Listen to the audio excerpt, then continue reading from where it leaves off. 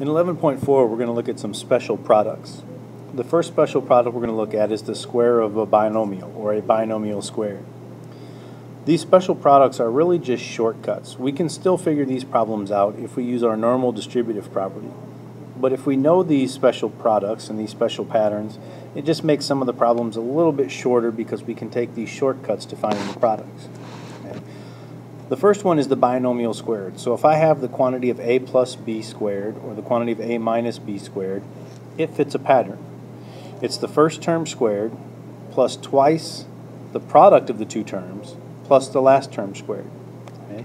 So we can see that pattern right here for a plus b squared or a minus b squared, where we've squared the first term, we've taken 2 times the product of our terms, a and b, and then we've squared the last term. Okay? And why does that work out that way? Well, remember that when I square something, a plus b squared is the same thing as taking a plus b times a plus b. The a plus b is a factor twice. And if I use my normal distributive property, I have a squared, I have a plus ab, and another plus ab, and a plus b squared at the end. And if I combine my like terms, I have a squared, there are 2 ab's now, and a plus b squared. So you can see that I can still use distributive property and I end up with the same thing. But if I know the pattern, I can just get through some of the problems a little more quickly. Okay? So looking at the example here with the x plus 4 squared, if I square the first term, which is the x, I get the x squared. If I multiply the two together, I get 4x, but in the middle I'm going to double that, so that's where I get the 8x. And then I square the 4, which is the last term, and that's where I get the 16. Okay? And again, if I didn't remember the pattern, I could simply take x plus 4 and multiply it with x plus 4 and use my FOIL pattern, or my distributive property. I get the same answer. Okay? So let's look at each of these products. So if we use our pattern and I take x plus 8 squared, remember the pattern says take the first term and square it. So that's x squared. Okay? And since it's an addition, I'm going to have a plus. It's 2 times the product of x and 8. It's 2ab plus the last term squared.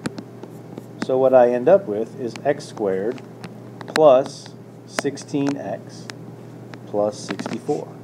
And again, if I didn't remember the pattern, I could simply take x plus 8 and multiply it with x plus 8, and I would get the same thing.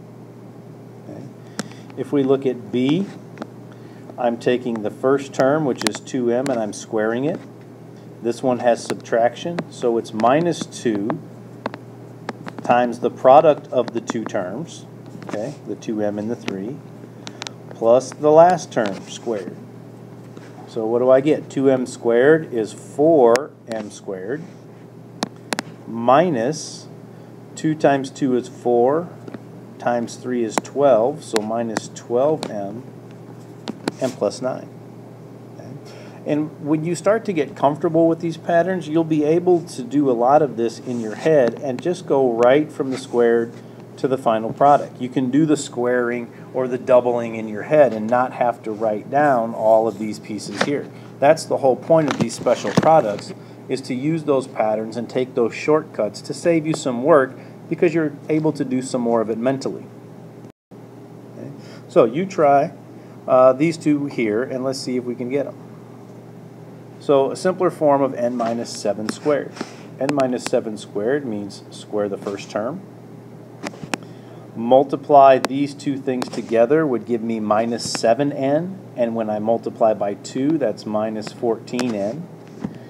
And then I square the last term, which is 49. Okay. The same thing with the got it problem. I square the first term.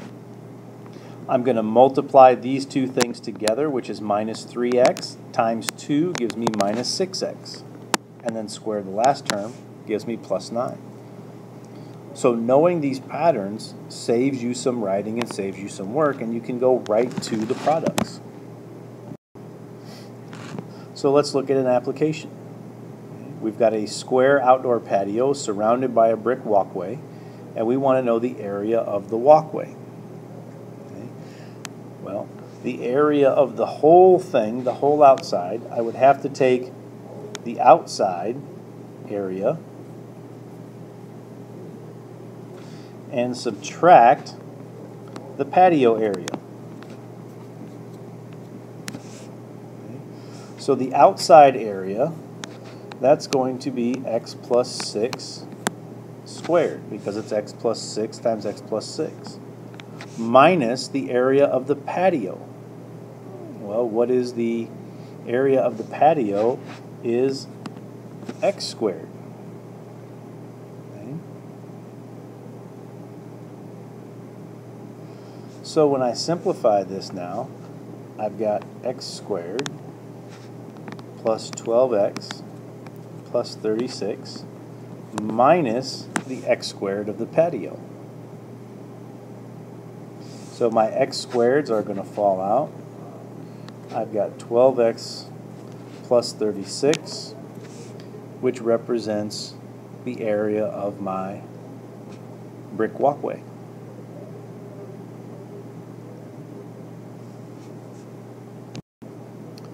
The second pattern is what we call the sum and difference pattern, because I'm multiplying the sum and the difference of the same two terms, the a plus b and the a minus b.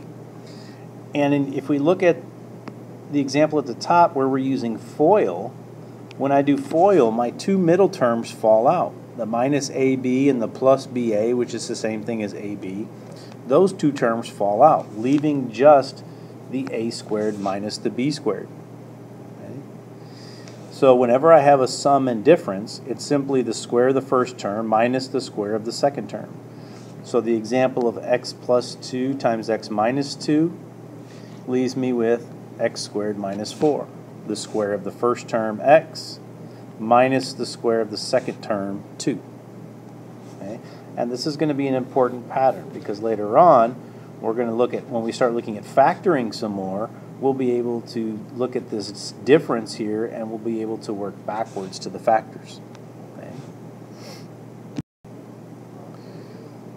So, if we look at this example of x cubed plus 8 and x cubed minus 8, okay, it's a sum difference pattern, where the a is being represented, instead of having a plus b and a minus b, my a is being represented by the x cubed, and my b is being represented by the 8. So remember, this is a squared minus b squared. So the a squared is the x cubed squared, which is x to the 6th, and the b squared is the 8 squared, which gives me a minus 64. So the product of x cubed plus 8 and x cubed minus 8 turns out to be x to the 6th minus 64. So let's look at another example. The product of m plus 7 and m minus 7. Well, that product is the first term squared minus the second term squared. 7 squared is 49. Okay? So here, my a term was m and my b term was 7. So when I do a squared minus b squared, I end up with the m squared minus 49. Okay? Let's look at example 5. In example 5, the a is represented by the x squared and the b is represented by 9. So when I look at a squared, I'm taking x squared squared minus 9 squared, which gives me x to the 4th minus 81. Example 6. Notice I'm still multiplying a sum and a difference. It doesn't matter which one comes first. So I still have my a term being 2y, my b term is 3, so I'm taking the a term squared minus the b term squared, which gives me 4y squared minus 9. It's just fitting into a pattern. So you try this second got it problem. What is a simpler form of r minus 6 times r plus 6? Well, here your a is represented by r, your b is represented by 6. So I take a squared minus b squared gives me r squared minus 36. And there's my product. Okay. So tomorrow we'll do some more work with this stuff in class, or Monday, depending on which day you're watching this. We'll do some more work in class. Remember, we're going to review on Tuesday, and we will have our chapter test on Wednesday. So we'll see you in class.